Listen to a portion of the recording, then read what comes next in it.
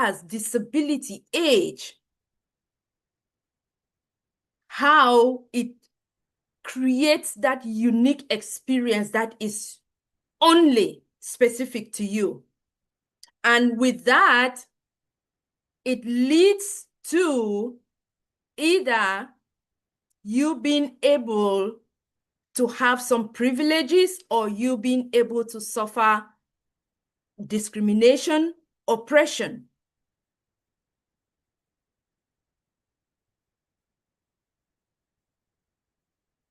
Not because, again, it is what you are, but because of these things that are in place. The system, the information, your upbringing, the awareness. So, sorry, my slide just ran back one step. Okay, let me go. So the next slide talks about just reminding us how this is also interrelated with diversity, inclusion, equity. Again, bear with me. You know, we have had extensive conversations about diversity, inclusion. Intersectionality also is a very key factor when we discuss that. And it also transcends into unconscious bias, because we cannot talk about these things without how they overlap with each other. And the more they overlap with each other, the tendency is they create or they reveal more complexities for us, for each individual. Again, in the context of based on your background, your culture, your gender, your religion, right? All of these things impact you. That framework that you have that is so unique to you.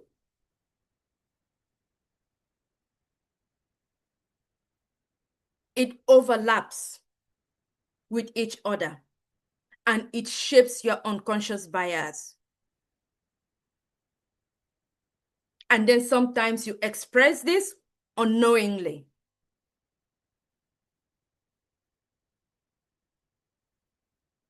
And for those who face discrimination or communities of minority,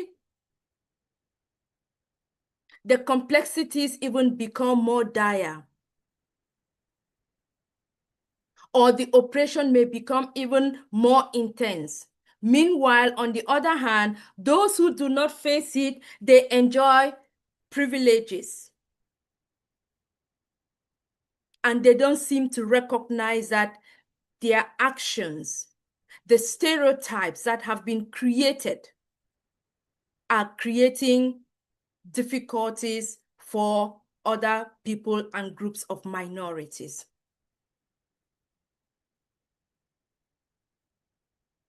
And that is what makes each person's experience so unique, so different, and why it is always prudent never to dismiss someone else's experience, because it is not your experience. Do not rush to assume or conclude on a subject when you have not done thorough investigation or listened to the other person, or you have not had the opportunity to be open-minded to understand where they are coming from and why. Because that framework of theirs is theirs alone, it's not yours. You have not been open to those experiences. Once you are quick to do that, then your unconscious bias sets in. And you fail to appreciate and understand that as a human being, as a person, you have this multiple framework that overlap each other. And no one single thing defines a human being. And so hopefully our series has been bringing the awareness, the information to you to educate ourselves on the unconscious bias, what it is, the different types, the system, how it works, how to identify it, where you are, self-reflections, look at yourself, be patient, listen to others, and know what it is, and be able to also stand up for others when you see someone expressing it, or someone who is not able to defend themselves when they find themselves in a situation where they are facing unconscious bias. Don't be a bystander. And we will continue sharing this information so that we learn more and we educate ourselves even deeper.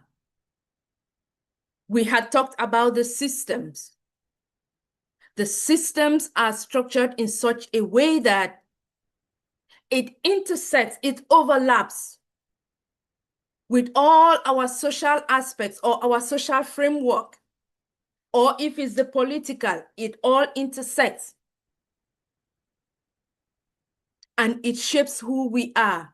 It shapes your unconscious bias, because that is something the system is teaching you, whether it's through the school system, whether it's through the justice system, whether it's through the family unit, your siblings, your interactions, your parents, your friends.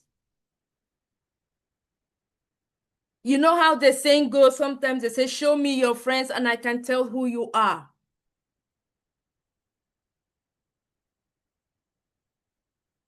If the people you interact with are those that shape your biases to be negative and impact other people or target other people of minority, then that is what you are going to express in your life. And it's going to be detrimental to the person who is going to be affected or impacted by that.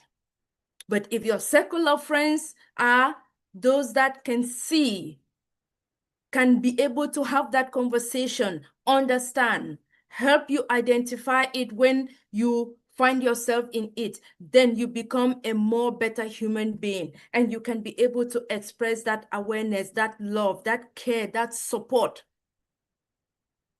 that self-check to yourself, and make sure that you do not hurt somebody else by your own biases. Because again, it is only what you perceive. It is only to you and not to them. And so the prudent thing is, it will continue to shape your perceptions, whether you like it or not. It will continue to shape your behaviors, whether you like it or not. Consciously or unconsciously, intentional or not, in some way, this intersectional framework of our social life, our social being, our social aspects go a long way to shape the stereotypes that we carry. And it can either deepen the biases that we have, or it will help us to be able to identify them and work on them and be more better. And especially if we look at it through the lens of the other person, their identity, inclusion, including them in whatever we do or what we see. So let us try to bring this to more realistic conversation, reflective discussion among ourselves at this point in time. And please, this is where I will ask for your interaction, because your experiences is going to help others learn or understand better and be able to identify where unconscious bias come and how our social aspects intersect and impact or influences us.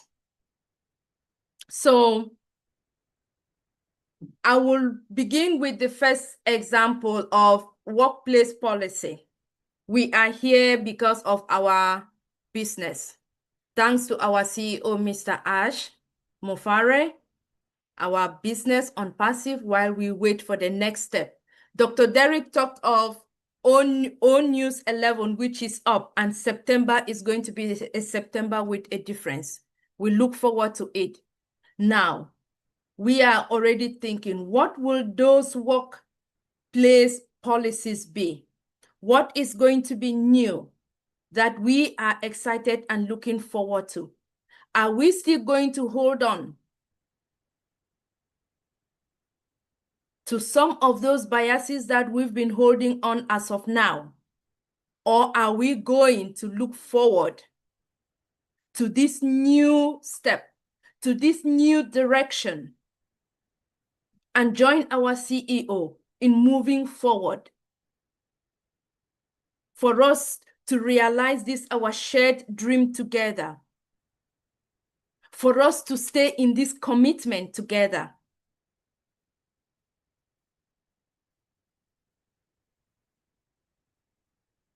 And for each one of us, it's going to be different. Because let's use the example of gender pay gap. In our workplaces, we know and we have experienced gender pay gap between men, women, white, Black, and people of minority. We know that because these are statistics, it's a fact. Gender pay gap at workplaces in corporate or in businesses. Men are paid higher than women. All right, that is established. We pick up the next intersectionality of that and we dig deeper, right? Men are paid higher than women. We go deeper. White men are paid higher than any other gender. And if we dig deeper, we realize that white women are paid higher than Blacks and other people of minority. If we dig deeper, we see that Asians are paid higher than Black women and other people of minorities. And then if we dig deeper, we will see that Black women are the lowest paid in comparison of that gender pay gap. So now, how does intersectionality compound this complexity? Black woman, gender, woman, race, Black, female, professionalism. It shapes how your pay is going to be in the workplace. These things play a role and they make it even more complex, irrespective of the profession that you are. If you are an engineer, it's going to be the same. You are a medical doctor, it's going to be the same. You are a teacher, it's going to be the same. You work in corporate America, it's going to be the same because the policies, they follow the same policies. But you see that one particular group or one particular framework impacts this particular group way more than the other. Why? Because in terms of diversity, inclusion, and equity, it only addresses race and gender. But when you look at the intersectionality, diversity, inclusion, equity tends to forget those other aspects when you look deeper in the gender pay gap. Now, let's look at hiring and promotion as well. Maybe if you have experienced hiring and promotion, again, when you put on your applications at your job for work, there is a preference in terms of hiring, depending on the company, which it is their right. But then where the bias and the discrimination comes in is when they fail to see that everyone, the fairness to look at every aspect of every individual prospective candidate.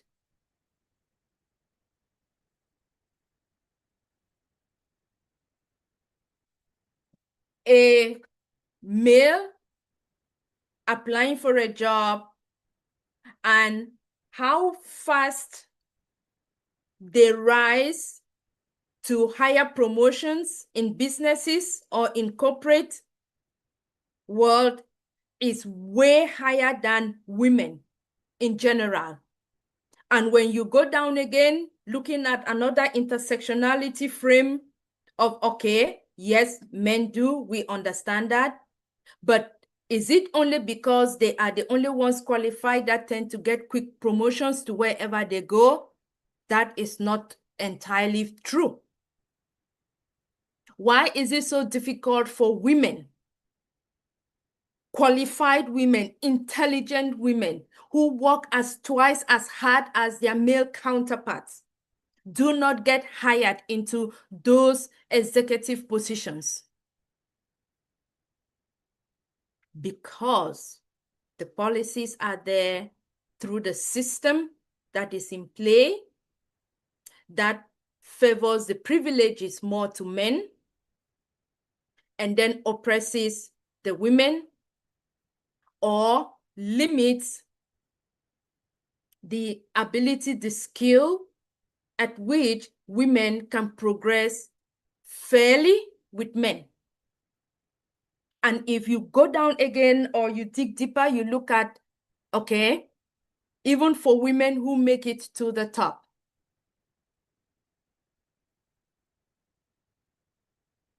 right? What percentage comes from, let's say, the Asians or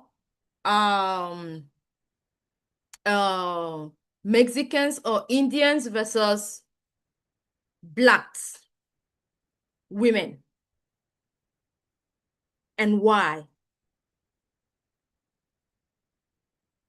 Again, because of that additional intersectionality of those unique frameworks that are so unique to the Black woman or people of minority. Or we talk about the homophobia that we do experience about Muslims and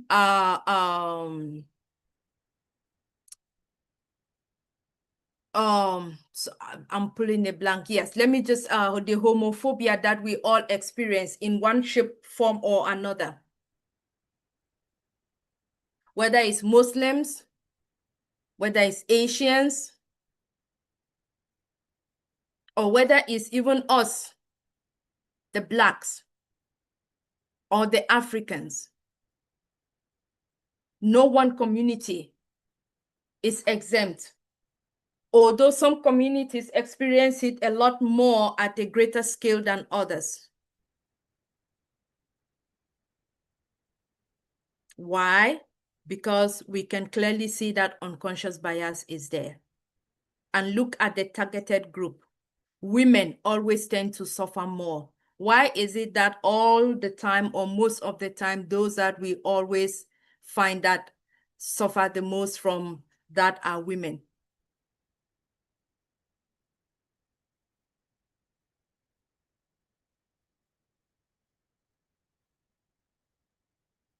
Again, we can see the intersectionality. That is with promotion. That is with hiring. That is with pay gap. All because of the policies, all because of the system.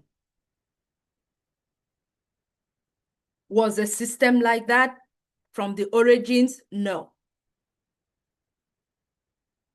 It was built, it was created by someone. And now we are all through the system. We are taught unconsciously or consciously in some aspects, and we express that unconscious bias to fellow individual, one another. Let's look at the example of social assumptions. Tattoos. How many of us are quick to judge someone when by the tattoos they have on their bodies? Does it mean everyone that has a tattoo is bad? I'll share a story. Even back home, let me use where my own hometown or country. We know in Africa, across the continent of Africa and in Cameroon, our grandparents and parents, we used to have this where they will put some marks on their body. And even till today, we see that in our Muslim brothers and sisters, where you have all these markings, all these drawings. Our grandparents or grandmothers, it used to be a fashion thing for them to decorate their jaws or maybe put something on them. But to us, it was part of our culture, and it is still part of our culture. We do not judge them by having those tattoos. But why is it that in some contexts, right here in America where we are quick to judge people based on their tattoos? Unconscious bias. You have not taken the time to know them better, to understand them better before you draw your conclusions. You're going with what the community, the society, what you are being fed. Beauty. Women, colored hair, or men, colored hair. Personally, I love gold to be on my hair. Some like other bright colors, blue, pink, green, you see them. Yes, it is their choice, but do not use that to judge them based on your own blueprint, based on your own background, that you are expressing unconscious bias. Rather, understand them, seek to know before you draw your conclusions. And in the same way, look at us, Africans or Blacks with our braids, right? The curiosity that is always there when we wear our braids. But guess what? Corporate America has decided and made the judgment that braids on Black women or Blacks is not wholly yet, 100% yet accepted in the corporate world. That's why we still have to stretch our hair. We still have to do all the decoration. You still have to look how they want us to present, but not our natural being, not who we truly identify to be. Why? Unconscious bias. The system is there, trying to control, trying to shape you, trying to shape your mind, trying to shape who you need to be. Because these things intersect. If we need to earn a living, we need to work. And if we need to work, we need to work in a corporate world or in the businesses or offices. And if we need to be there, then we need to follow the rules. So you need to intersect. So that intersectionality, if your employer understands you as an individual with your diversity, inclusion, equity, and digs deeper into that intersectionality of truly who you are, and not only look at the surface of your culture, your gender, but looks at what makes you who you are, then you stand a better chance of fair representation of truly who you are and succeeding in what you need to do in your job, because you truly be yourself and you truly are represented, and it's going to be fair, not only to you, but to everyone. I mean, we can apply that when it comes to food, culture, dance, music, our language, all of that. If we want to use age, the young generation right now who are just impatient with our parents at home because of technology. We are quick to judge them. Oh, my mother she cannot even learn. That is your young son or your young daughter telling you that. Is it truly that you cannot learn, or is just that they don't have the patience to teach you, or they don't have the understanding to try to understand what best approach they can use to be able to help you learn and understand the technology? I believe if they come to understand what would be the best approach, because there is always one thing that will work better for you. Since it is not a one-size-fits-all, everybody doesn't learn in the same way, not at the same speed, but yes, you have the capacity to learn. That will just be something great. So that concept will apply in other examples that I've listed on this slide when it comes to housing, discrimination, immigration, or even the media stereotype.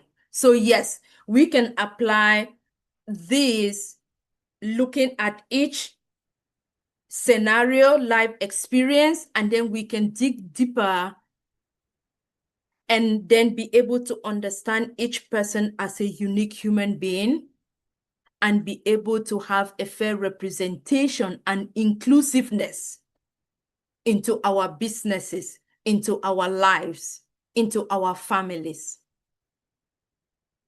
And that is what makes us more better human beings. And that is what makes us actually appreciate God's love, because each of us are made in God's image and love. So yes, let me wait at this point and listen. I see Brother Pastor Shegun, your hand is up.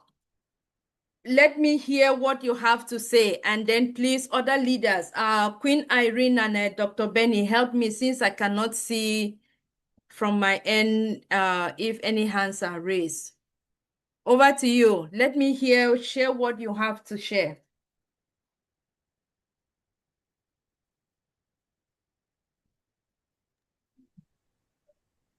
Hi, good afternoon, Sister Kanla. Thank you for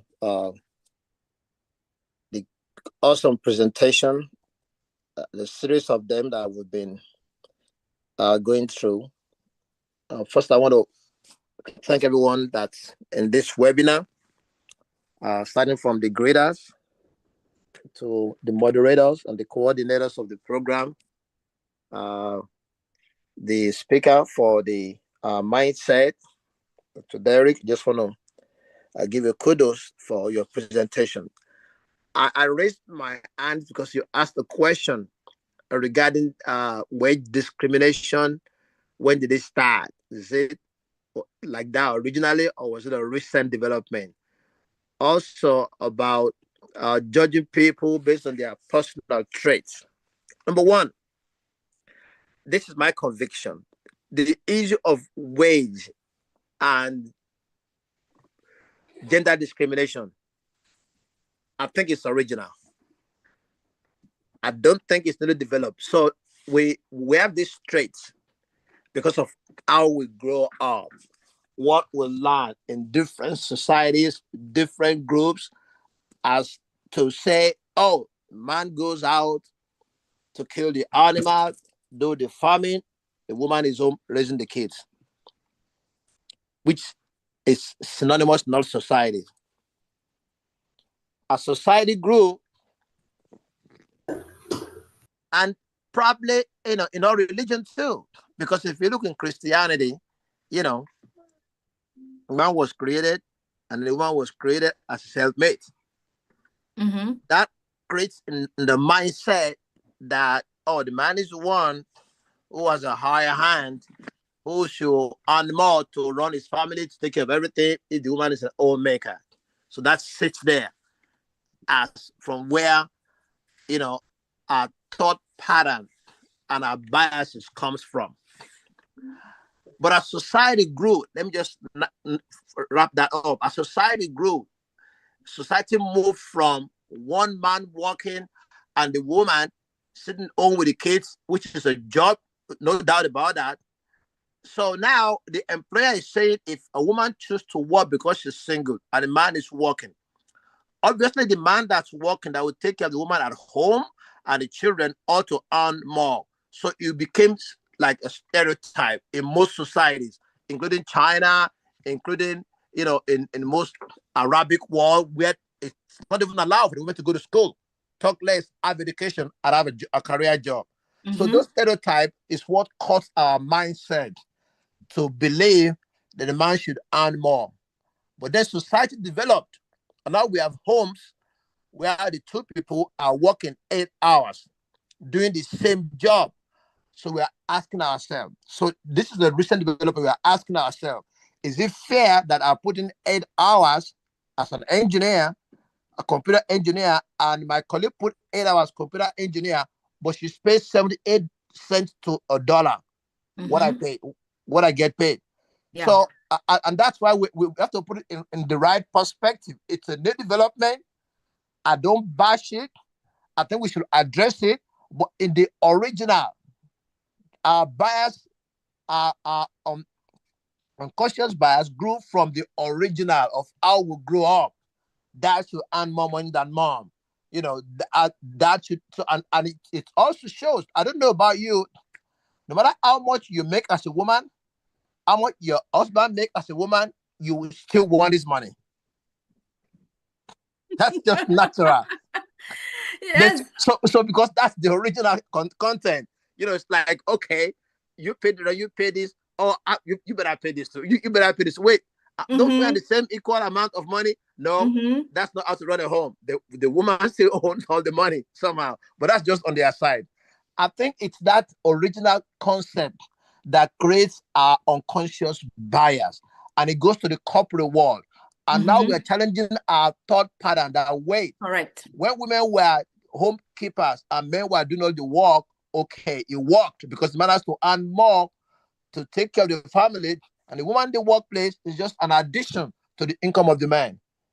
But now that society is the way it is, right? We have several millions of single women who are raising children. Should this remain? I think it's the right mindset. So those who bash, this theory of inclusion and equity and fairness, they want to take us back to the original, forgetting that society has developed to where we have to address this issue, that the woman that plays soccer could break her knee like a man ought to be paid the same amount, because we're not thinking of all these women in the field. They're not just homemakers. They're professional footballers. They're professional engineers. They are medical doctors. Correct. That's why I think it's a progressive thing, and people shouldn't go against it. That's regarding I just want to say, I think it's original. I think it's not a new development. What is new is that society has changed, and we have to address that change by paying people equally for what they do. And the second point, quickly, is when you said the personal traits on the workplace. I think equity should mean that if I'm African, right? Yes. And I wear my I call it dada, what they call braids now. My brother was born, he had that hair like that. He didn't have to do it. If I wear my hair that they call kinky, that they give all kinds of names to, right? Yeah. It's my ear. That's how I'm made. That's my race. Yes. If I choose to just speak it a little bit, oil it, and make it look neat, I Correct. shouldn't be required to get a crew cut Correct. like a white person who would have a crew cut. If I'm a woman, I should be expected to straighten my ear to look like like a white woman's hair. I think those are shouldn't be personal trait, but should be race, religion, and culture.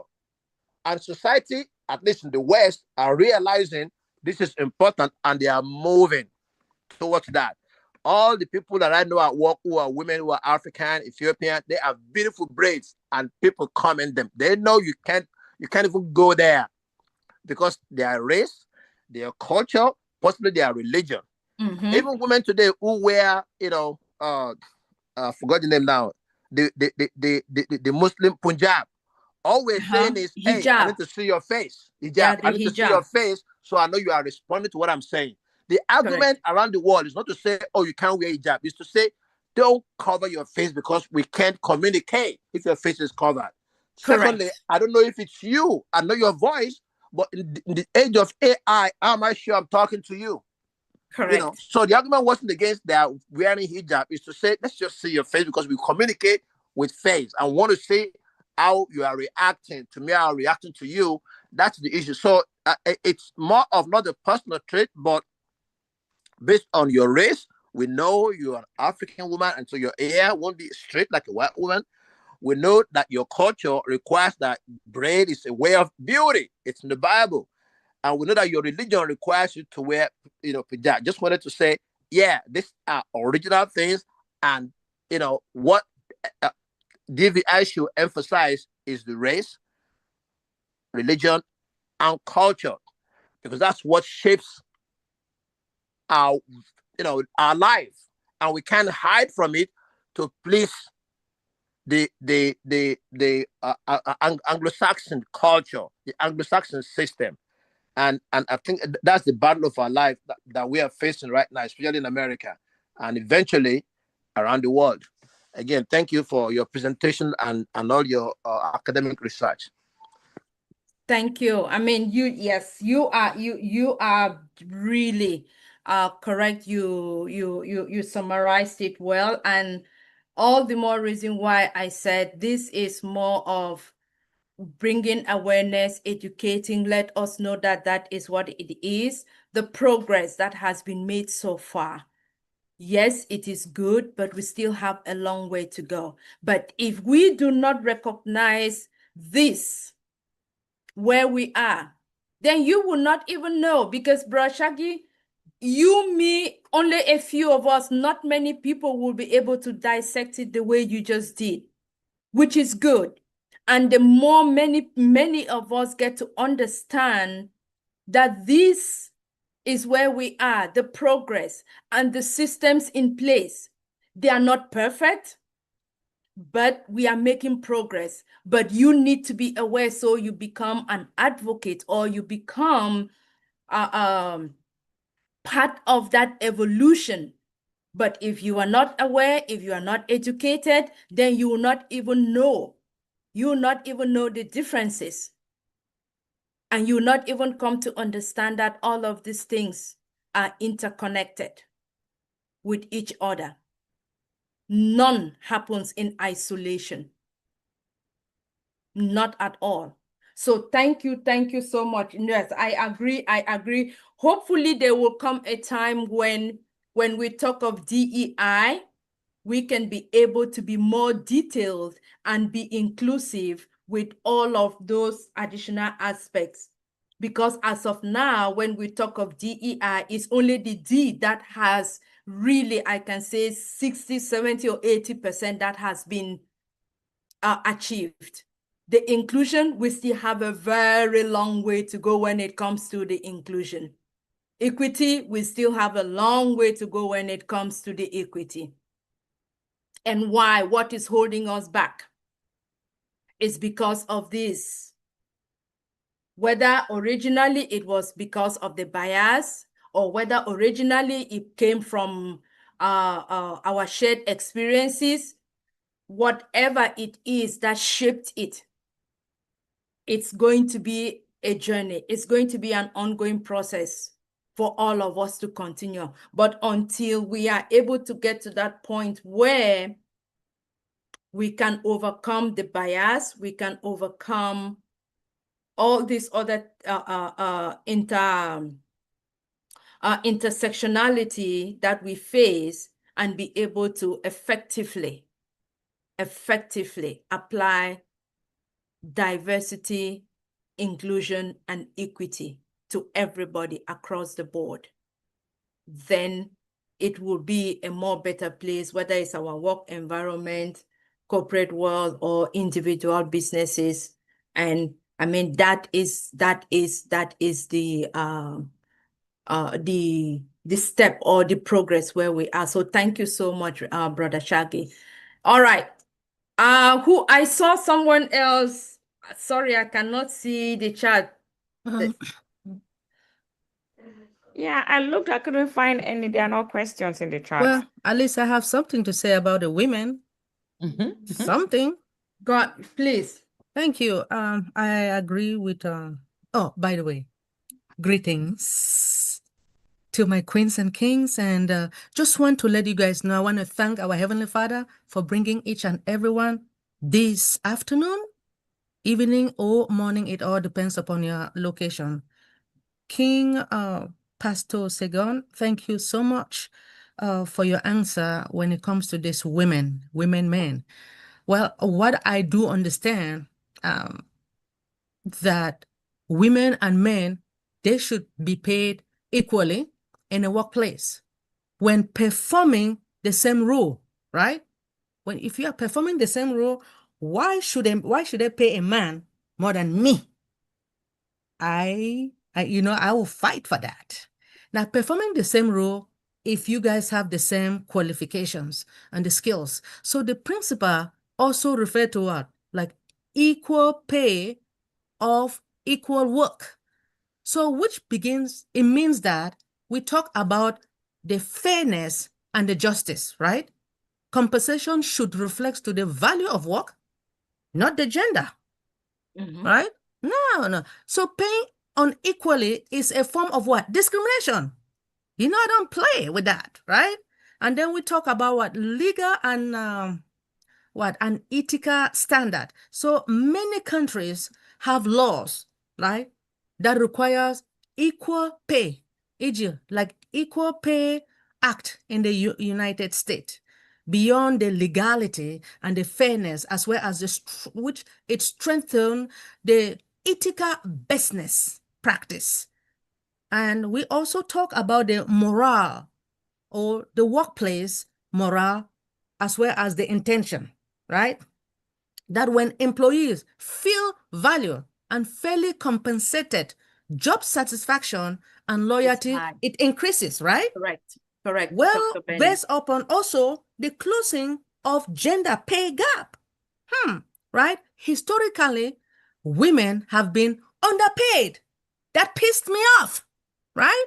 I mean, if we have equal role, you, me, and a man, and we do the same thing, why should they pay me less money than a man?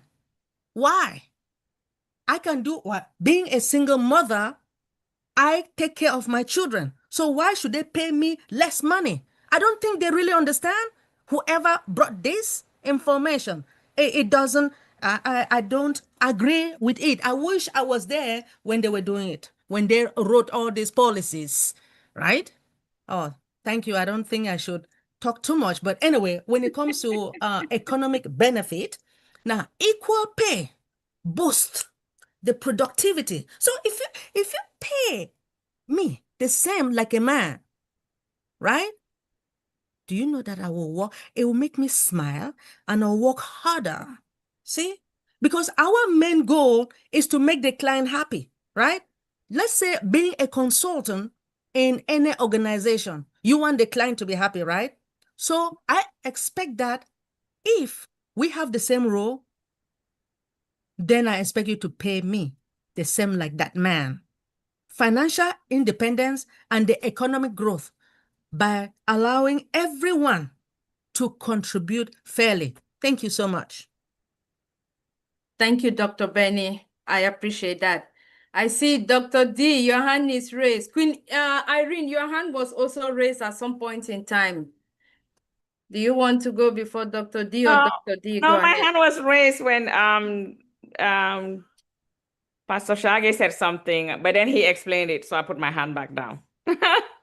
All right, over to you, Dr. D.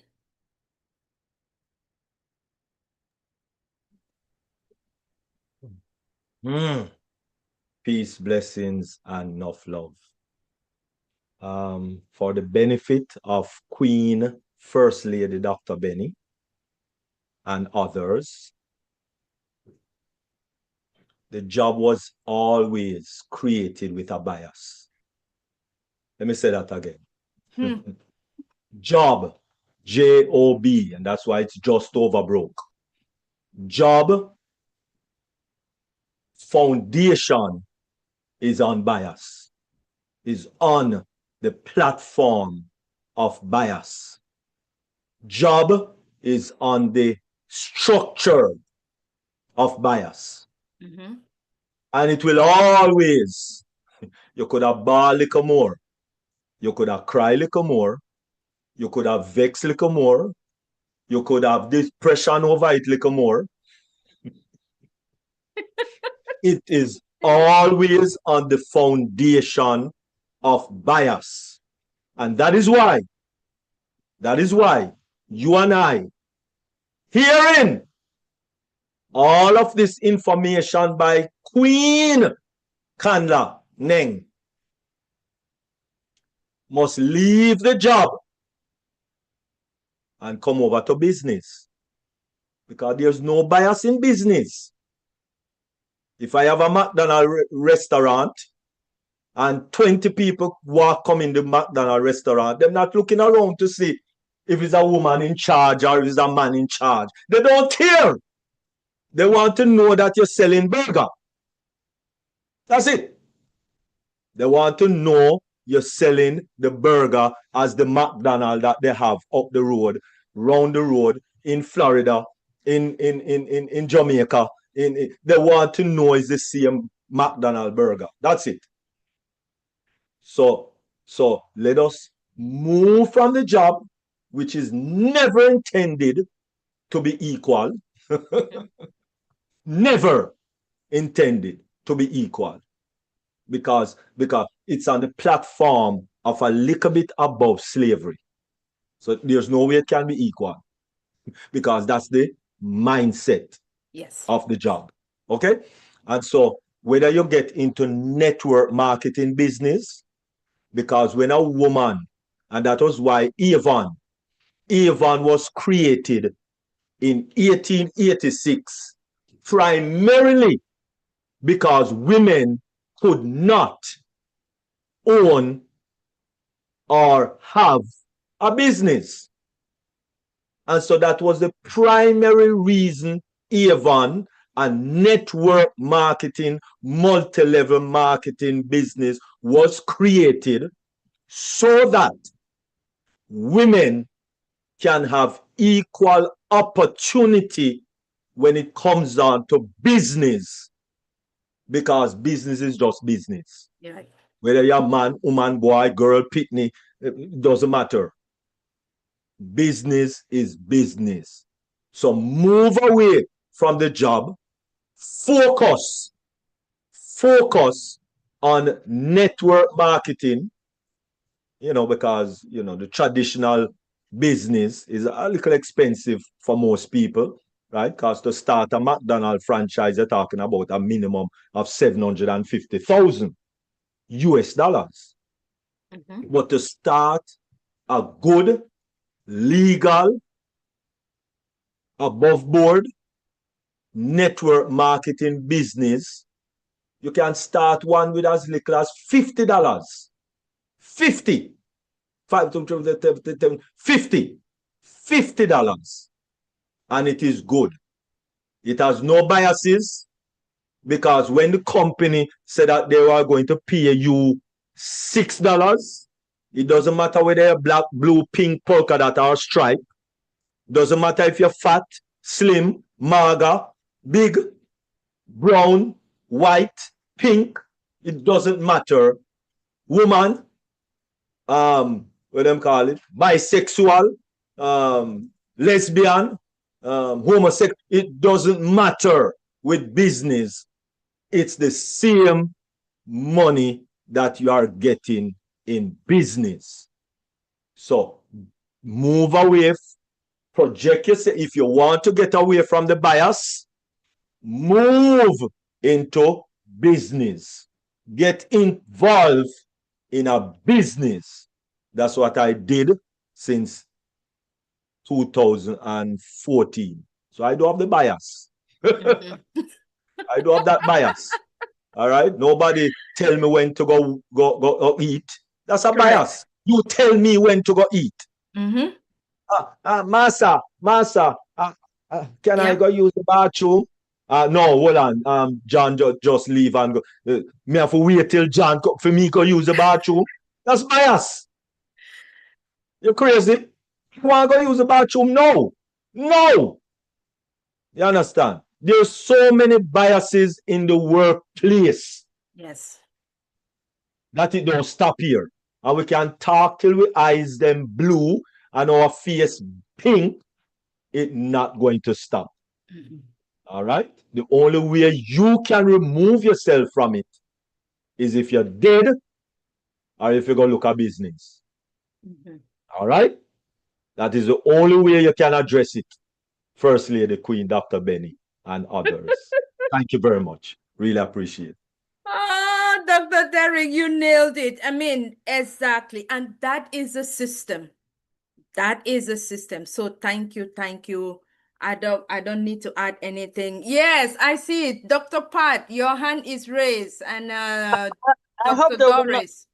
I hope there will not be a lot of background noise and I'm in and out of reception. I just want to appreciate all of you. Thank you, Dr. G, for your mindset today. Thank you, Queen Kanla, for wrapping up our bias series. Yes, Dr. Queen Benny, I got your point. Trust me, I felt it. And all of us feel that way. And Dr. Derek just came and nailed it.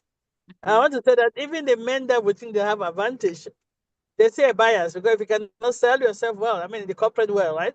You have people in the same role in corporate, even men, they're paid different rates. Correct. Because one person could, that's why they always have this broad pay band. They'll say, oh, at this position, the pay can range from 60K or 30K to 250. What does that mean, really? It's so broad. So you cannot even argue. So yes, those biases are even there, even for the men. Worse for the women, but there for the men. And these topics, I'm hoping that tomorrow, if God blesses us, and some of us open businesses, when we employ people, we should not bring these biases to our organization. Yeah, we should not. We should really, this is not only us just talking. It's a topic for us to reflect, to think. Tomorrow you can be blessed. People are in small businesses are employing people. Let's not take the biases there as well. Because you have to, like, if you write end of year appraiser, you don't sell yourself well, sorry for you. Yep. Okay?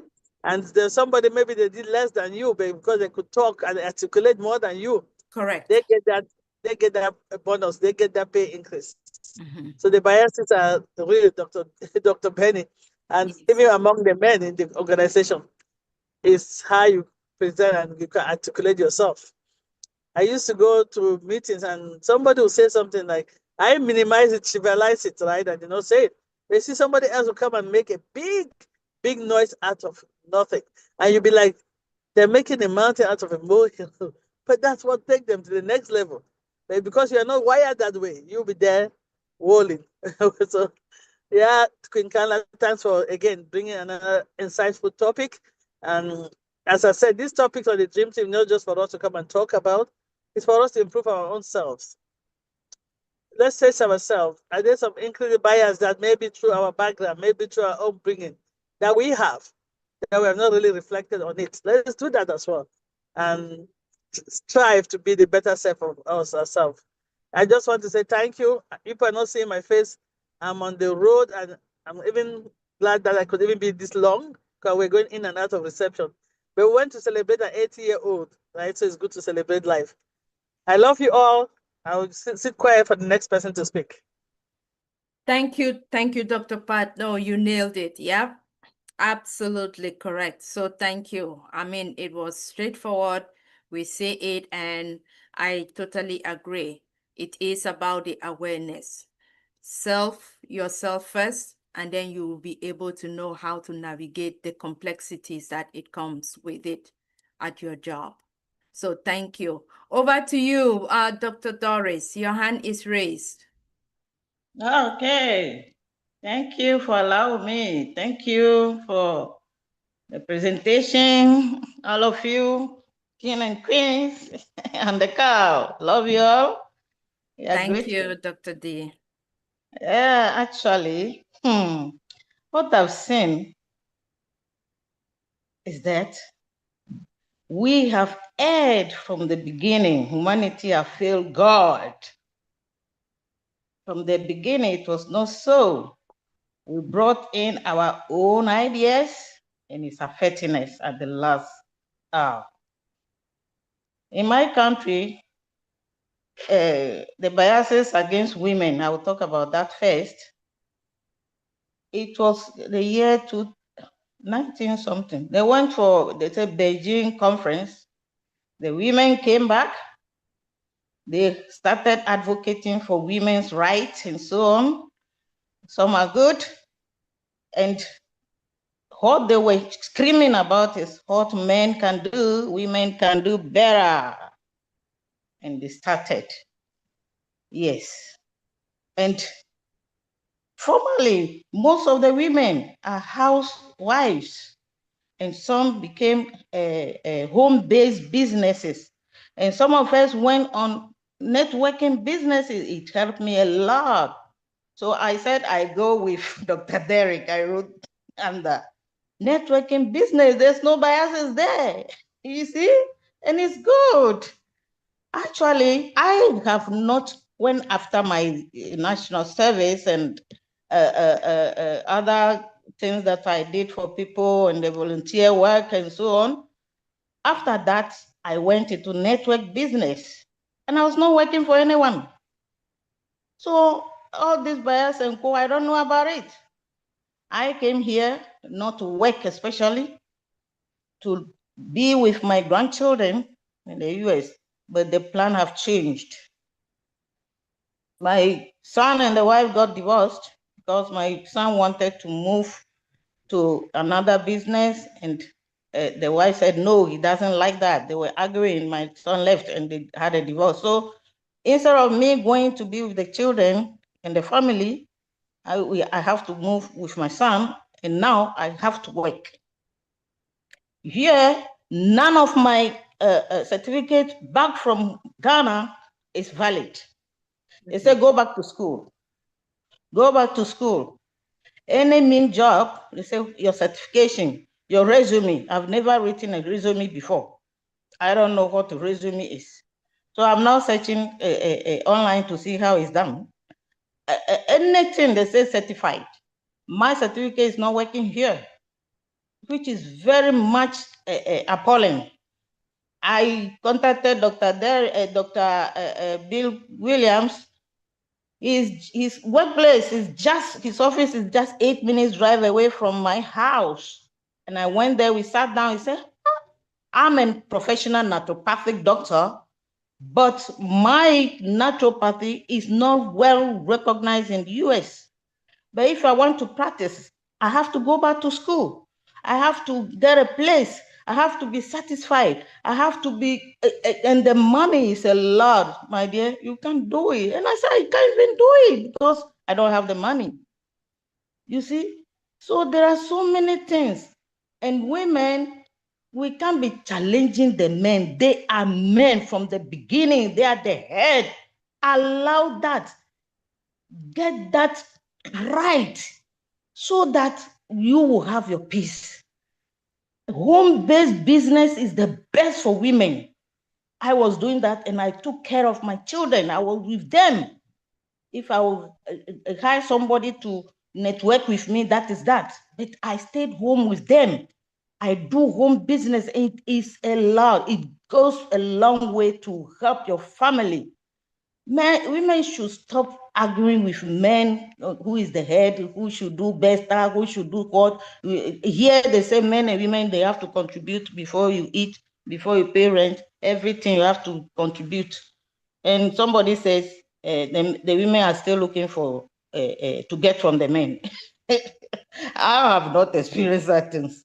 You see? So please, we have failed God from the beginning. Women are supporters. They are to help the men. Then we say we can be on top, which is failiness. You see? So many things we have put into it. When we want to go back to the Bible now, you will know that this tattoo is not good for Christians. It's a sin.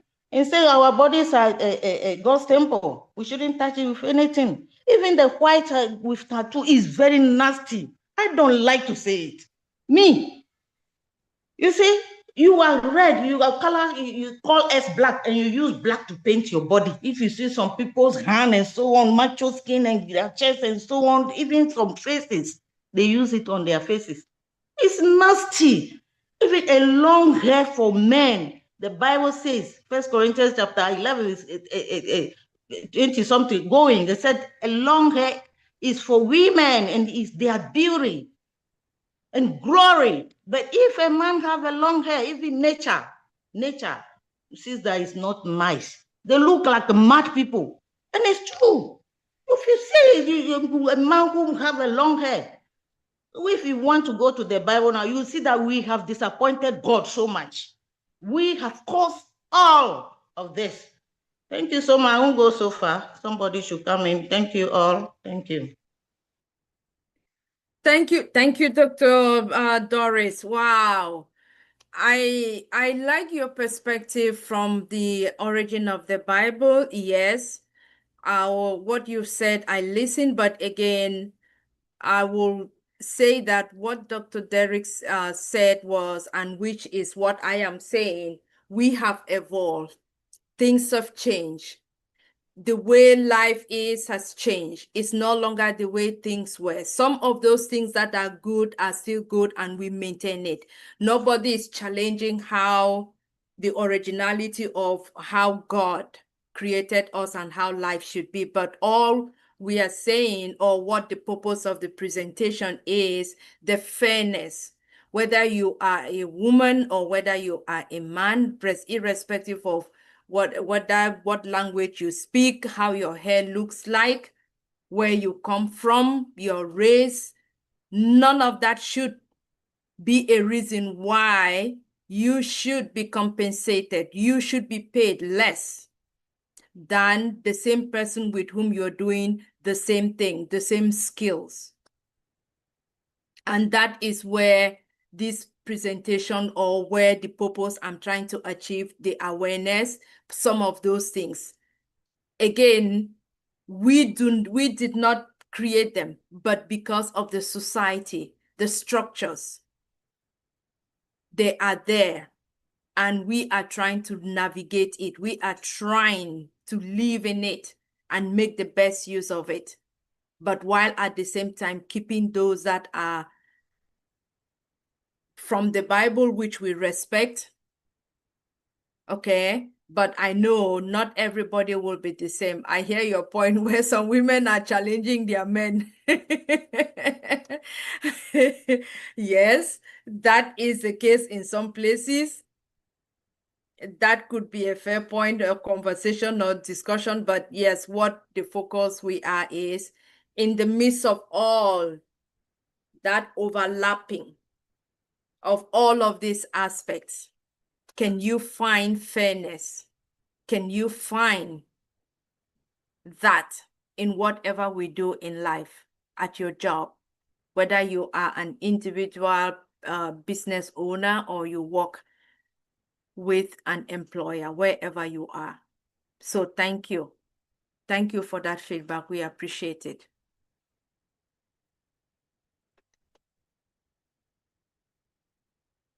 Queen Irene, any other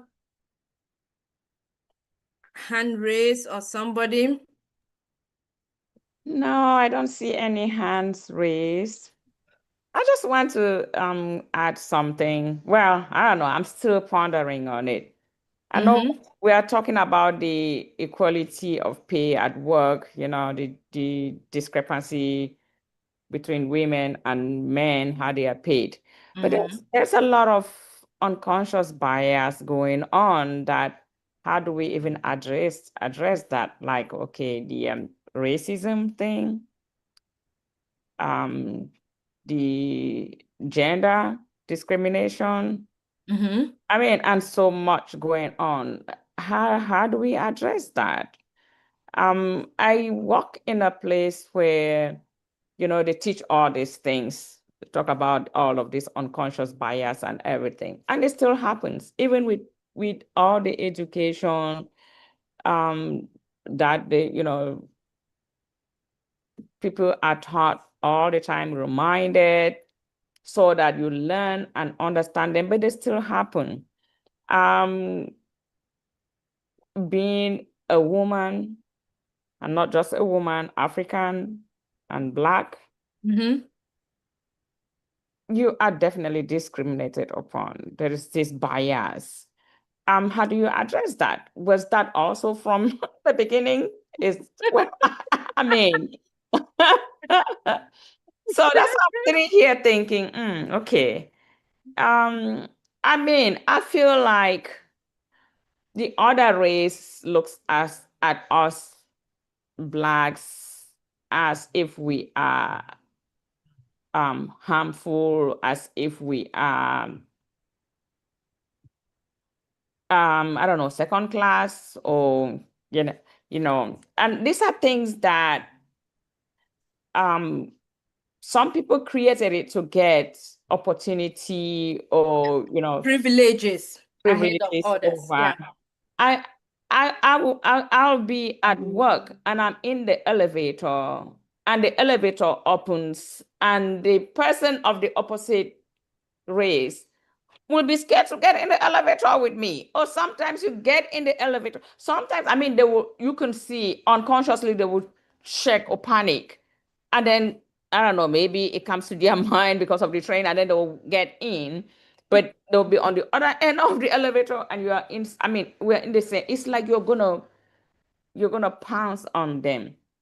I really don't want to take too much time, but my brother-in-law explained something to me at one time, and for some reason, I just see this race bias thing like what he explained. So my daughter was helping a friend to keep their dog while the friend traveled. It was a puppy, but it was a pit bull. Okay, and you know how you just looking at them, they are frightful. My daughter brings this puppy, small puppy, and I was so scared of this puppy, not because it could do anything to me, but just because it's a pit bull and it looks like that. I was scared of it. My daughter will be upstairs. If she's going downstairs with the puppy, she'll be like, "Mom, we're going downstairs," and I have to like get away from her. And one day, my brother-in-law told me that, "Sister, you know that when the officers are shooting on, I don't know if we should say this openly, on a Black person, that's how they view you, like a pit bull. They will even shoot, even when you're harmless, you don't even have a gun or anything. They will spray you because that fright is in them." And, I'm beginning to, I don't know, I'm beginning to think like that. When the elevator opens and I see somebody panic before they come in, or I get in the elevator and this person is supposed to be going to the 8th floor and they get out on the 6th floor, I'm thinking, oh, they look at me like a pit bull. I don't know.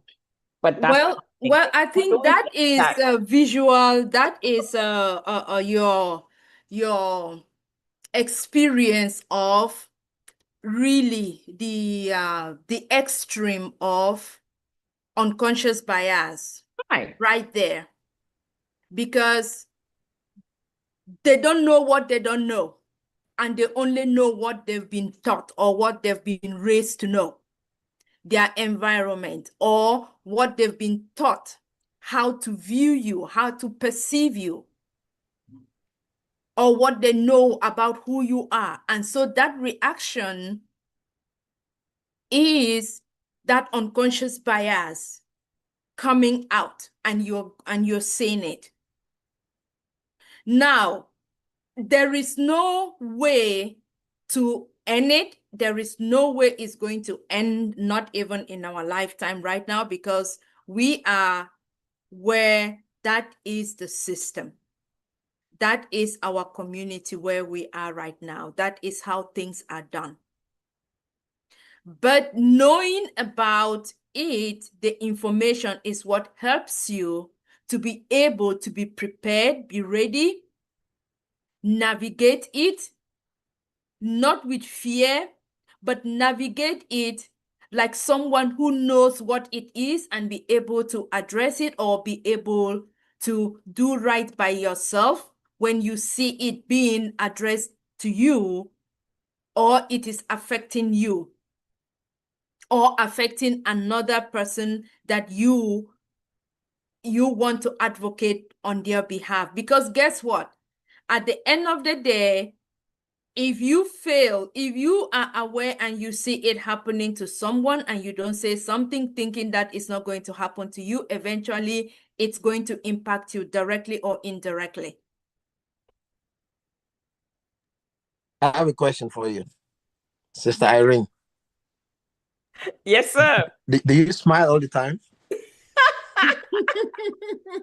I do.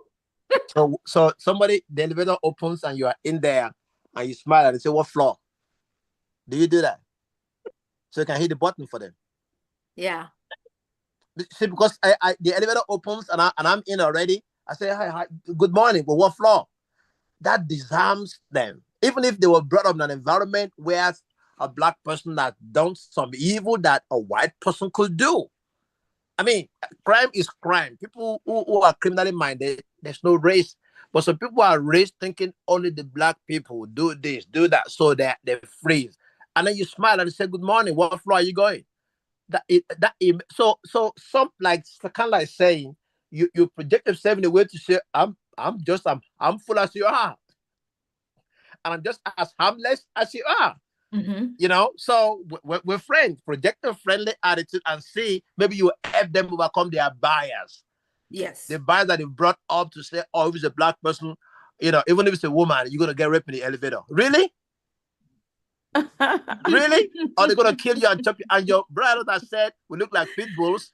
I want to challenge him because where I work, and in the environment where I work, our office that sits about 300-400 people or about each floor, and I go around, I see one or two of us, one or two black people, and everybody interact. Hmm. They go to lunch. Aggie, you come to lunch today? You know, or did you bring lunch? And I say, I didn't bring lunch. Boom, we jump in one of those people's car. They don't let me drive, and we'll go there. We get, okay, you select where should we go today. You know, so the different environment, different kinds of people. So I don't know where you work, but it thinks that every white person that sees a black man sees us as a pit bull. I don't believe that, but in some environment, maybe. But I mean, I work in an environment where, you know, there's just a good representation in the neighborhood, in the workplace, and they're getting over that fear, the urban fear that the black people are aggressive and angry. They're getting past that, knowing that we have a reason to defend our employment, defend the money we make from there, defend our lifestyle, that we're not there for that purpose. You know, so again, as Kanla said, we can project friendliness where we know the person that's coming to the elevator probably has an inbuilt, if it's the son of all those people that lynch, you know, black people all this time, they still think, oh, this is what we are.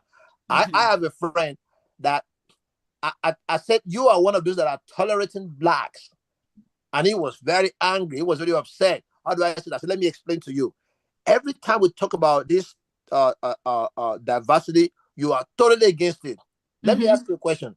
You know, my friend, who's white, who probably has children that has developmental issues, do you know this DVI that they are calling will affect them? Correct. And they started to wonder. But the target was black, but they cut it all across. So why did you see people for the content of their character, not the color of their skin? Why you tolerate? So there are people that they've just been built up. Their intrinsic, thinking is the black is evil. Even among this young generation, they are just not behind us. It has to be maybe middle or your age, my age, up and a little below. The new ones coming are really better. Let's face it. Now they might be wild with all kinds of things. Most of them are colorblind. Yes. And, I could be wrong. How they interact with the internet, how they relate to each other, how they talk.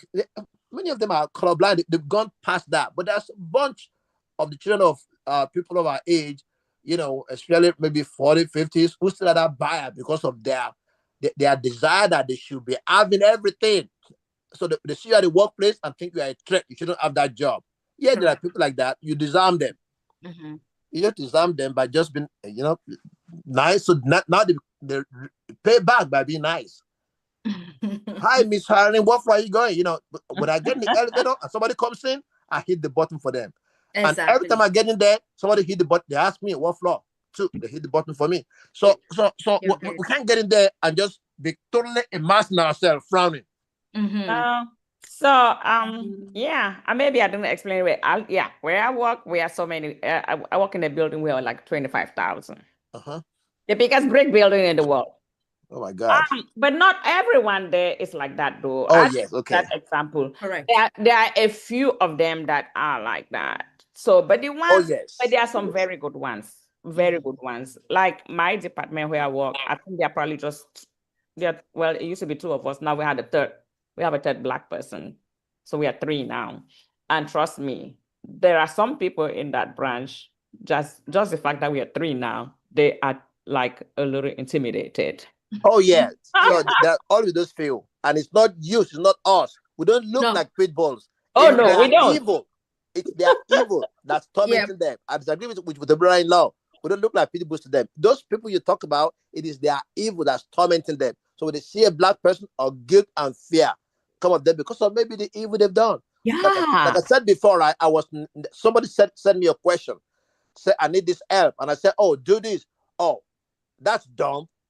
How can you do that when I can see the PC? You probably saw my name and thought it's black. And I explained what it needs to do and you did it. When the colleagues saw what he did, they nailed him. When I came back, they said, oh, he's the dumb one who didn't know he's talking to an expert.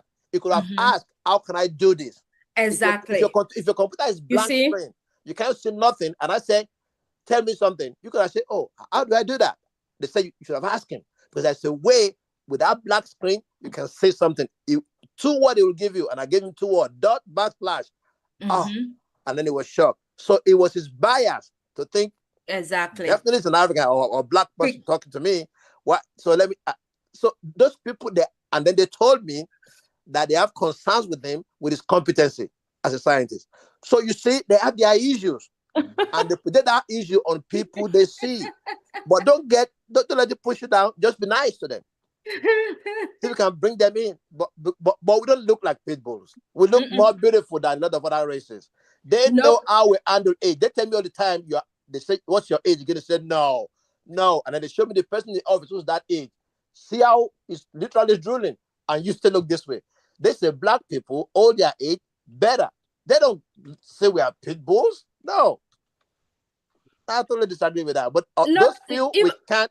Those few, Brother we cannot leave them out. Yes. Brother Shaggy, I mean, I understand let me take it further. Thank you for that. That imagery of a pit bull is just one example of how they were raised and what they were taught. That's it. Educated about who a black person is. Yeah, it's a black person that said it. It's a black person, or is your brother-in-law white? No, but we have blacks as well. I mean, in as much as we are talking about the bias, it's inclusive. We have other blacks that are biased too. So if this black person too was raised by a Caucasian or the other race, and they are taught to hate themselves and hate other blacks, which is what we know. We see others. So yes, they can do that. So that is how they perceive, because that is what they know. Some see it in different imageries that are presented of who truly we are. And that is why sometimes you see someone look at you like you're nothing. And it's very easy for them to just address you sometimes disrespectfully, discriminate, and do whatever they feel that their privileges bring them. But ignorant of the fact that, or limited of the fact that it is their unconscious bias and sometimes the intentional bias that they have grown up with, what they have been exposed with, or even sometimes they are directed to do. In the case of a system where we have the systems that are there to ensure that they continue this bias. So, Sister Irene, you asked the question. Yes. If you listen to what Sister Pat, Derek, who said, be in business, unfortunately, we can't all be in MLM. We got to have a job, we have a career, we have a profession, and we're doing just fine. He said one of the ways to get past that, like Sister Pat also mentioned, is your excellence and projecting ourselves. Correct. You know something, right? In that conference, hit it. You say something to your colleague and they say, oh, that's very good. Find a way, and we're in a good time now. If you have an idea to express, do me a favor, before you go to that conference, that meeting with your boss or anybody, say, ChatGPT, how do I express in the corporate environment? You've given words and pronouns that when you say it to yourself, you will feel good. I wanted to meet somebody, and in my typical British way, I put the word together. I sent it to my son. When my son sent me a 3-line statement, I felt I was on top of the world. I sent it to the person, they called me for a meeting. So ChatGPT is helping, AI is helping to frame the word the way that don't worry about your accent. They will hear those words, and they will freeze and then record or type it out to go look at what it means and call you back. And then when you go for that meeting, when you go for that end of the year review, they will give you far exceeding requirements. Correct. That's all we need to do, to just project ourselves. Because in the African way, oh, you don't sell yourself, they know you. No, they don't know you. You have to say it. And there's a better way to say it for us now with this ChatGPT. It will give you the frame to put there to say the words that are used in the corporate environment, that they are versatile with, because it's their first language, not our first language. And once you use those keywords, those key principles, believe me, they will know where you are. They know where to place you, especially in your profession. It's your profession that is difficult for somebody to pay you below a man, because they know how important you are in the field. You tell them how much you want to earn, and when they say no, you go elsewhere. So again, your question, how do we go past it? Hey, express yourself. Let them know the content, of who they're dealing with, and make it bold. Because the salary difference comes when they do those review. They advertise the range they're paying. And you go there, and if you don't get the top range, you're not taking the job. But then the next year, it's going to be you and the other race going for a review. They'll give you 3%, I reject not. The other person will take 5%. How do I get it 5 and not get it 3? When we just, project ourselves, like Sister Pat said, we have to be able to, make known what we know and not be timid, which is, our own cultural bias to ourselves, our cultural upbringing. Don't sell yourself. No, you have to sell yourself. That's my answer to that. And things are getting better. Honestly, all what I'm talking about, things are getting better. No, absolutely. It's getting better. Thank you, Brother Shaggy. Sister Irene, also, if like what you're describing is another good example of what we know that happens is whether you are a Black, whether man or woman, successful in business, right? Do you still know that you are still judged? They still look at you as if you're not qualified, you're not intelligent, you don't know what you're doing, and your business is a fraud? Oh, yeah. They always tend to look at you in that case. Even when you come, you go, we know of incidences where You go to the bank, you are trying to do business with a bank, a financial institution, and you are turned down because of who you are. But if it were someone of a different race coming, they would have attended to them. Or even while successful in your business, and you're trying to go out in your to do your business, has anyone have the experience how you're treated when you're flying out? Successful Black men or women trying to board a flight first class. Yeah. Even the hostesses, they don't even Or think. even the hostesses. It's like, so would you I would not judge them or be quick to perceive them, but based of their actions, what they do, I can be able, with my knowledge of unconscious bias, I can be able to determine exactly where they are coming from.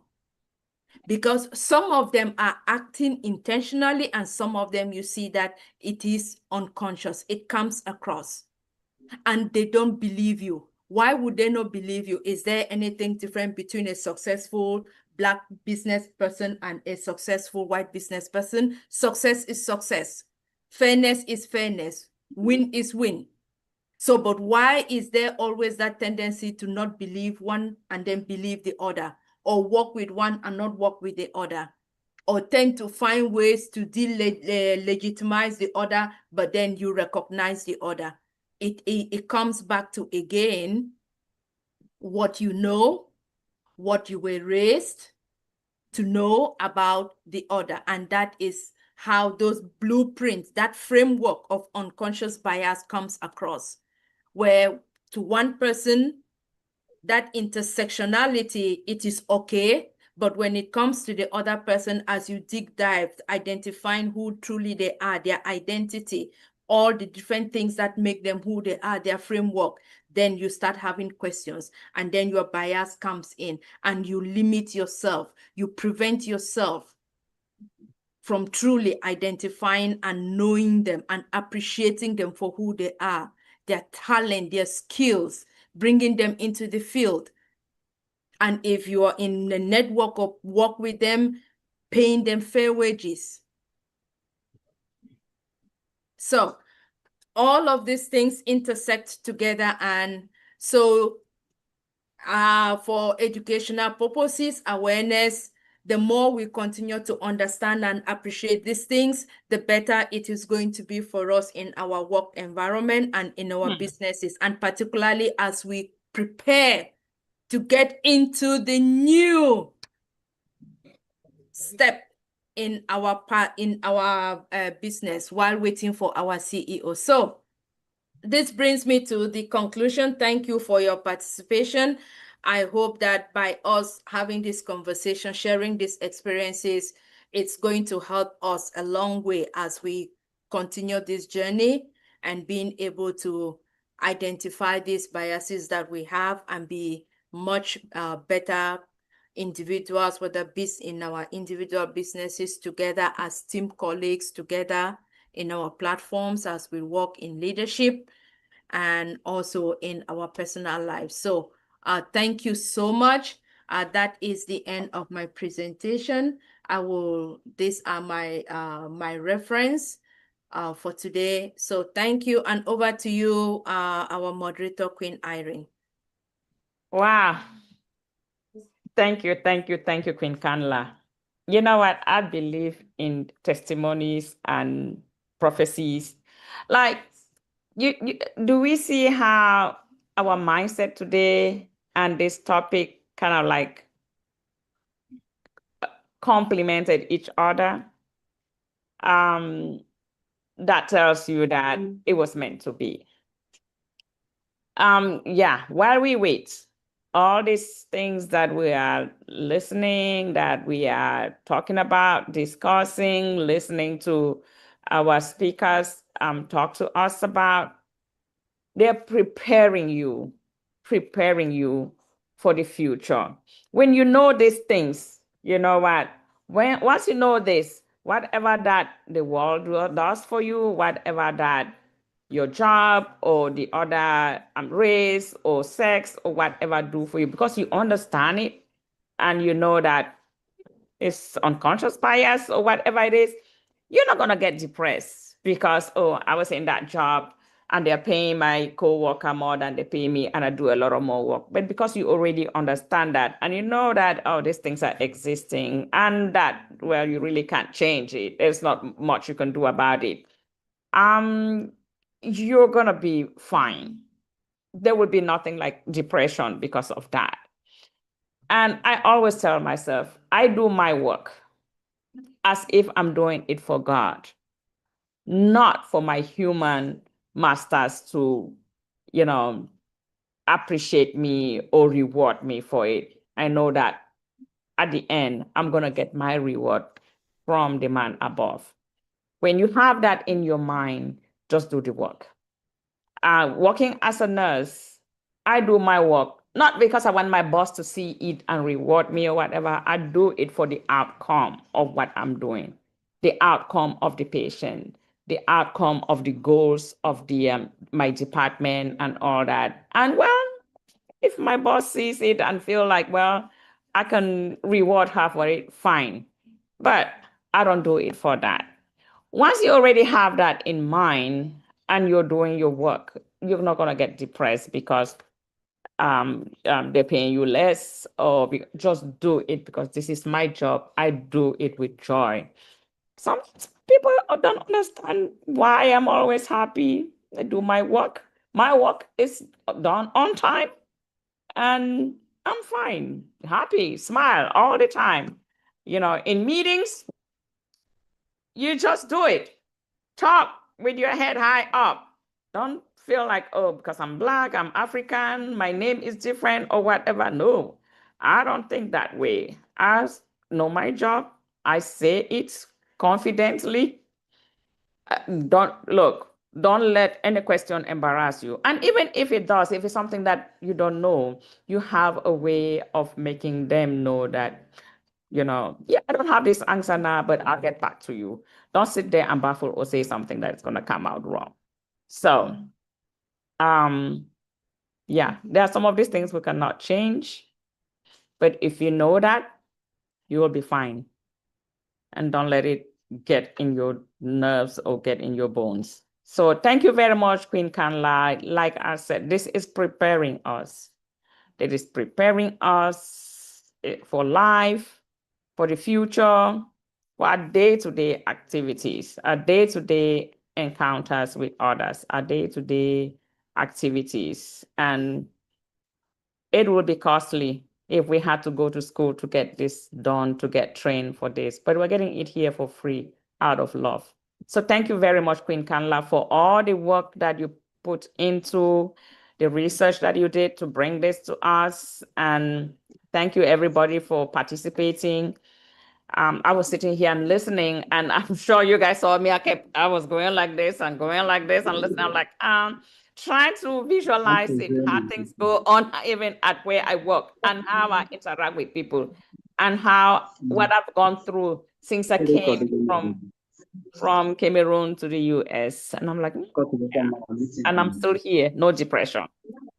Let's all take it that way. So thank you very much.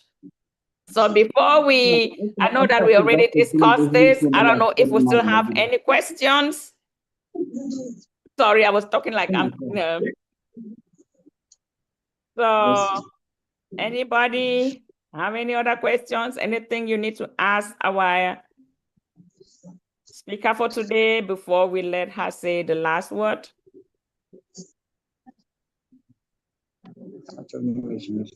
All right, I don't see any hand up. I see that we had a good discussion and it was clear what she explained. And a lot of us here, there are no kids here, so we have been through it and we understand it. So, so before we close it for the day, I will just give Queen Kanla the opportunity to give us a last word, closing remarks before we end that topic. Oh, yes, I think we have already said, oh, sorry. Can Oyeke, please, can you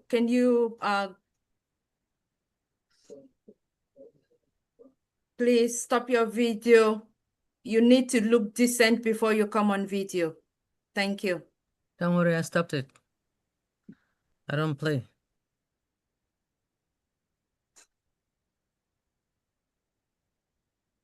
All right, Queen, you have anything to say before we? No, I think we've already really like elaborated. We've said all that we need to say. So I just want to say thank you to everyone for your time. Thank you for listening. Thank you for the participation.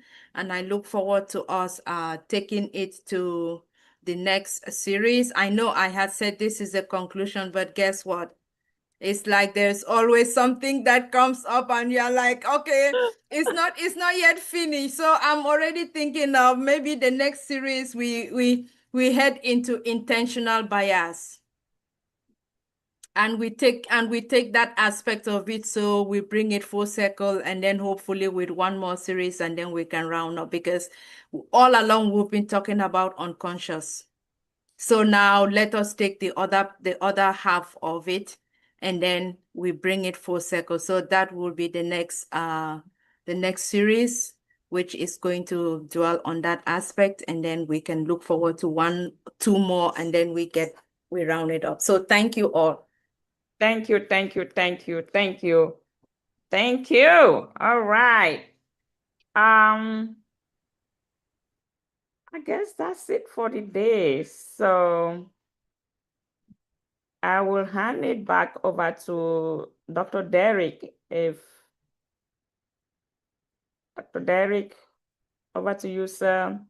For the updates, right? Yep. All right.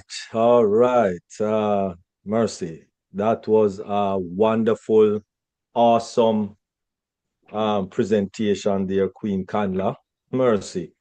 All right. And I tell you, the conversation just kept flowing. But listen, you and I are not going to stop it. All right? You could have ball a lick of blood. Still not going to stop it. Biases is based on a person's perception, and you cannot get rid of person's perception. Black is biased against black. White is also biased against white. Indian against Indian. And it goes on for varied reasons, for varied, belief system, etc., etc. Atheists is biased against Christians. The list goes on and on and on and on. From once a person have a choice, and we are not living in love for each other, then there will be biases.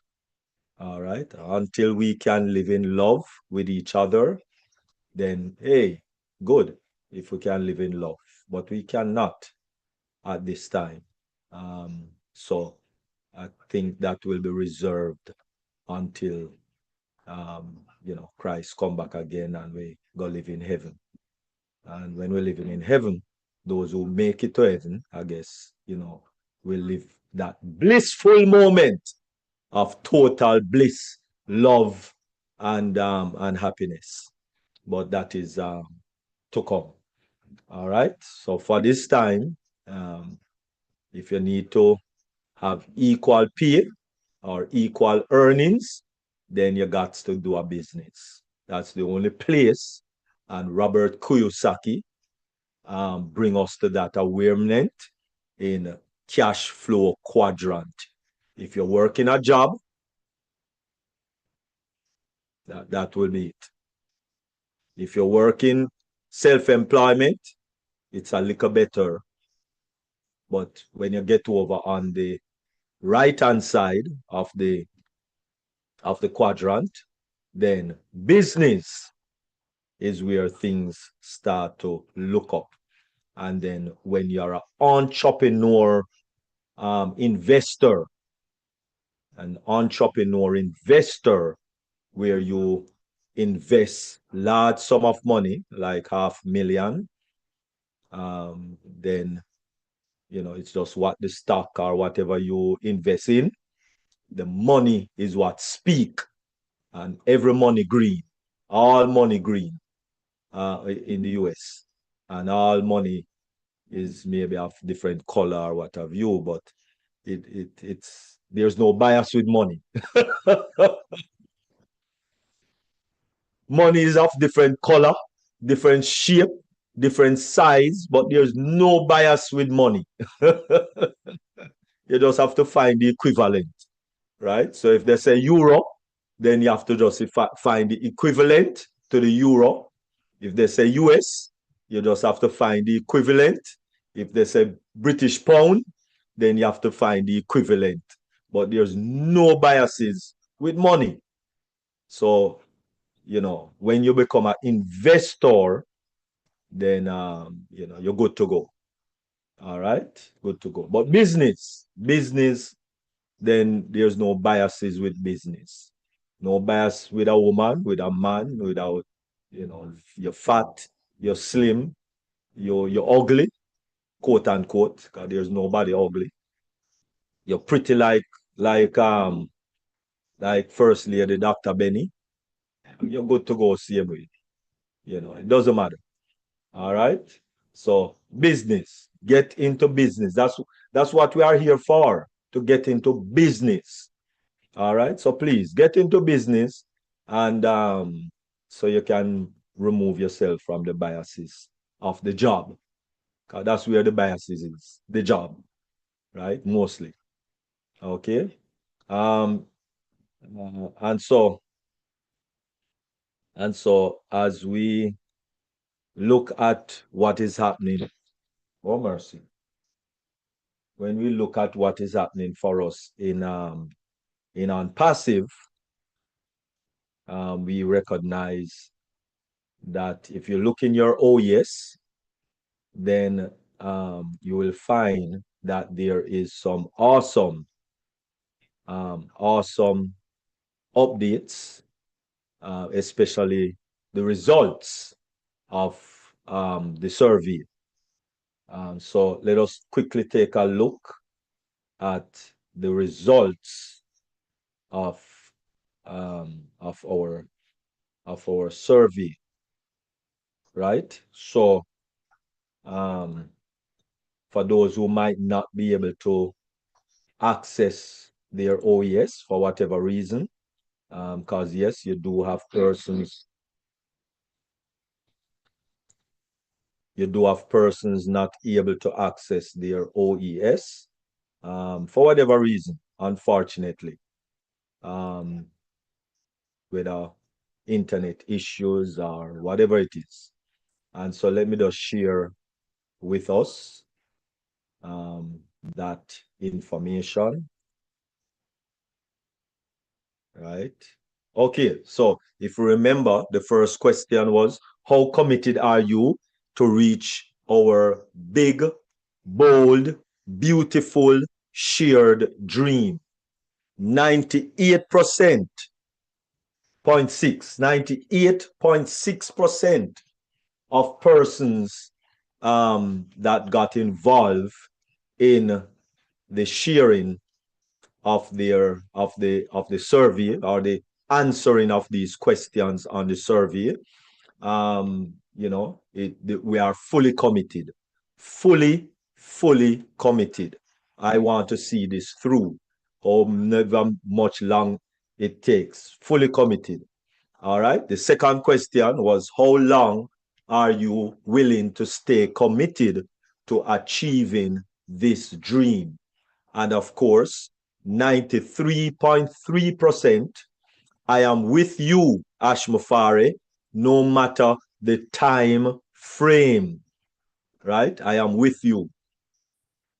And then the last question, number 3, to reach our destination, the vehicle we have been using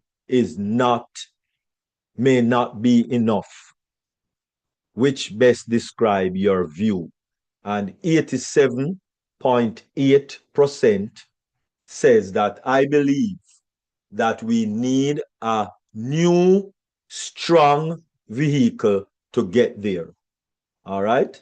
And of course, there was some statistical graph of the trends for the first statistical draft, of course, is where most of the information came from, which you saw that most persons are using mobile, which is over 5 million people are using the mobile, right? And you might ask, how is it 5 million people answering, or over 5 million people are answering, when there is only 1,400,000, thereabout, for 1.4 million founders. Remember, for about 8 months that we opened the floodgates and persons could actually come and purchase OConnect, right? And have access to OConnect. And that was for about 8 months. And so you can see that a flood of persons just within 8 months came in and was moving with on passive. All right. So that is where that amount come from. You also see it in this, that most of those persons came from India. Over 4 million persons that was actually coming out of India that actually did the survey. And, this is a pie chart, as they might call it, of what device was being used, right? Whether on the desktop or the mobile. And the biggest one, of course, is mobile devices. And the last graph is telling us what web browser was used. And of course, the largest amount came from the Chrome mobile, right? Chrome mobile. So that is a breakdown of what took place on the survey that Ashmafari shared with us, so that we could actually see exactly what took place. So Ashmafari said it's time to move forward. It is now time to move forward, right? The negativity of the past is behind us, and there is no need to look back. So let us remove the negativity of the past, right? That chapter is closed. And as we know, that's because the SEC has closed everything, and we are all in the clear, especially his wife, that was also finger pointing at her also. So it wasn't just Ashmafari, but also his wife that was receiving the brunt of the discrimination. All right. And the bias, the brunt of the bias from all over. Okay, so all of that is behind us. So let us pull back the curtains and reveal some astonishing details you haven't seen before, as we have stated in other communications. The response of our first survey was nothing short of extraordinary. Now, we'll provide you with the inside look at the specific results, and that is what I just went over a while ago. And so, therefore, come September, right, which starts tomorrow, in the morrow, the 1st of September is what? Is Monday, tomorrow. All right, so come September, I'm not saying that come tomorrow, but September starts tomorrow. So don't misquote me, right? Keep it in context, right? I'm just letting you know that September starts tomorrow. So come September, right? As Ashmafari is telling us that that we will be having sometime in September, we will be having a live global update, of which details about these applications and the new directions we are taking will be announced. So stay tuned that in September, it will be a month to remember, where, of course, we will have a global live update coming. So together, we are moving forward with clarity, strength, and purpose. So stay tuned for the official date and time for this global update event in September. I thank you all very much. Really appreciate. And over to you, Queen Irene. Very exciting. So that's why I always say this is my bestest item on our webinars agenda. Bestest. All right. Thank you, Dr. Derek. You know what? Sometimes even when I attend the meetings, I don't get it the way when we come back home and get it explained. It makes more sense than when we were actually live present in the webinars. So thank you very much, Dr. D.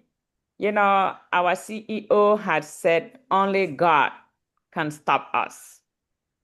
And as long as God is still on the throne, nothing, absolutely nothing can stop us. It doesn't matter if we change the name, if we change the location, if we change whatever, the products or something, God is still in that mission to take us to where he intentionally had it planned.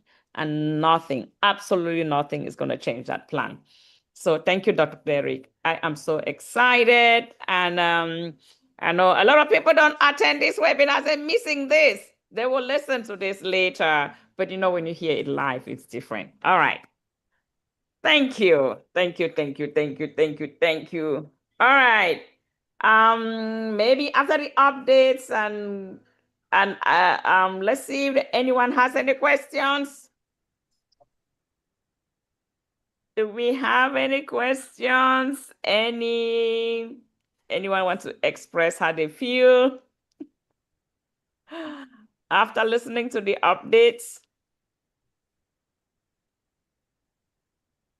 All I see is smiles. All the smiles. I guess we're just looking, hopefully. All right. No questions. All right, people. I guess we'll just. I think we did it so much that we even went way over and beyond. So it's like we've. All right. So thank you all for being here today. We always sacrifice our Sundays to come here and listen.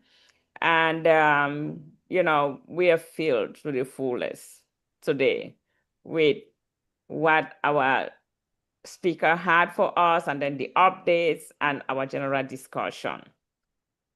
And so we're gonna just encourage everyone that all the webinars within the week are still going on. Please endeavor to attend, and you will get more updates and more to hope for as we wait. And since we don't have any questions, we don't have anything else, I think we're gonna call it a day for today. We just want to apologize that because of technical issue, we didn't. Oh, did we have YouTube running? I know it didn't start initially. Okay. So we had it going. Okay. So I just want to also thank those who joined us on the YouTube. Thank you for always being there. We appreciate you. We hope that as we're here excited, we are all excited since we can't see you, you know, showing all the waving your hands like I'm doing and smiling and shaking your heads. but we know you are all doing it wherever you are. We want to appreciate you, and we thank you for always being here. Thank you, everybody. And next week will be another date. And please come ready with your pens and papers to learn. While we wait, we have to learn and prepare ourselves mentally, physically, and emotionally, health-wise, because we have to be alive to enjoy what is coming. So thank you all so much. And we're going to close YouTube as we play our closing signature tune and close the webinar for today. So thank you very much all on YouTube.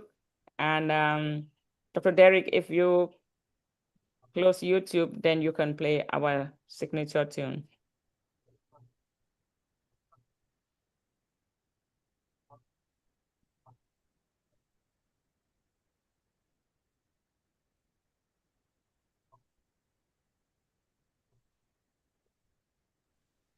Okay, wonderful. Peace, blessings, and enough love to you. Thank you all very much. Really appreciate. And at this time, yes, there is about 320 persons on YouTube. So yes, there are persons on YouTube watching 300? the biases that is going on. All right. Okay, so don't worry about that. So anyway, thank you all very much for joining us on the varied YouTube platform, and also on here live, our queens and kings. Just want you to remember that come in tomorrow, the 1st of September 2025, we do have Queen Miriam with Mindset Monday. And of course, weekdays, Monday to Friday, you have the Yvonne duo, Queen Dr. Yvonne and Queen Yvonne Finn. Hopefully she will be much better by tomorrow at 1 p.m. and weekdays, 1 p.m. Eastern Daylight Time, with One Nation. And of course, Tuesday and Thursday at 7 p.m., you will have Deep Dive, Globally Changing Lives. And in the morning of Thursday, then join O Passion, Singapore, Malaysia, there at 8 or 9 a.m. Eastern Daylight Time. And then, of course, Sunday, you can join us once again for a wonderful, invigorating dream team as people dream and dream and dream. For those who are on YouTube, thank you all very much. But in a few seconds, we will be closing down YouTube. And we thank you very much for joining us there. Really appreciate, really appreciate, really, really appreciate. And so at this time, we just are going to say take care. Oh mercy. The other mouse that is on the ground. Don't know how it reached the ground. But thank you very much, YouTube. Take care, and you have yourself a wonderful week.